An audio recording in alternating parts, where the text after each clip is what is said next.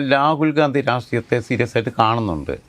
പക്ഷേ ആ പാവം കിടന്ന് പണിയെടുക്കുന്നുണ്ടെങ്കിലും ബാക്കിയുള്ള പുള്ളിയുടെ ചുറ്റും നിൽക്കുന്ന ഉപദേശക വൃന്ദത്തിൻ്റെ സമ്മർദ്ദം കാരണം പുള്ളിയെ ഒറ്റയ്ക്ക് ആർക്കും കാണാൻ പോലും പറ്റാത്ത അവസ്ഥ കാരണം മുതിർന്ന നേതാക്കന്മാരെല്ലാം വിട്ടുപോയി.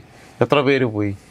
പിന്നെ നമ്മളെ പഞ്ചാബിലെ മറ്റേ ഇങ്ങേര് അമരീന്ദർ സിംഗ്, അതേപോലെ തന്നെ ഗുലാം നബി ആസാദ് പോയി, കപിൽ സിബൽ പോയി, ജഗ്മോഹൻ റെഡ്ഡി പോയതാണ് ഏറ്റവും വലിയ കാര്യം.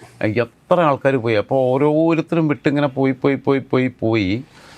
ആർക്കും 3-4 പേര് ഉണ്ട്, എന്തൊക്കെയോ ചെയ്യുന്നു എന്നല്ലാതെ വേറൊന്നും കേന്ദ്രത്തിൻ്റെ ഭാഗമായിട്ട് വരുന്നില്ലല്ലോ, ദേശീയ നേതൃത്വത്തിൻ്റെ ഭാഗമായിട്ട്. അപ്പോൾ ഇയാൾക്ക് ഞാനതൊക്കെ എഫർട്ട് എടുത്തിട്ടും കന്യാകുമാരി തൊട്ട് കാശ്മീർ വരെ നടന്നിട്ടും റിസൾട്ട് ഉണ്ടാവുന്നില്ലല്ലോ എന്നുള്ളത് വരുമ്പം പിന്നെ ഈ കൂടെയുള്ള ഘടകകക്ഷികൾ ആരൊക്കെയാ? ഈ ലാലു പ്രസാദും ഈ മുലായം സിംഗിൻ്റെ പാർട്ടിയും ഒക്കെ അല്ലേ. നമ്പാങ്ങളുന്ന ഒറ്റൊന്നും കൂട്ടത്തിലില്ലല്ലോ. മമതാ ബാനർജിയായിട്ട് കൈ കൊടുക്കാമെന്ന് എഴുതി കഴിഞ്ഞാൽ മമതാ ബാനർജി നിങ്ങൾ വേണ്ടെന്നാണ് പറയുന്നത്.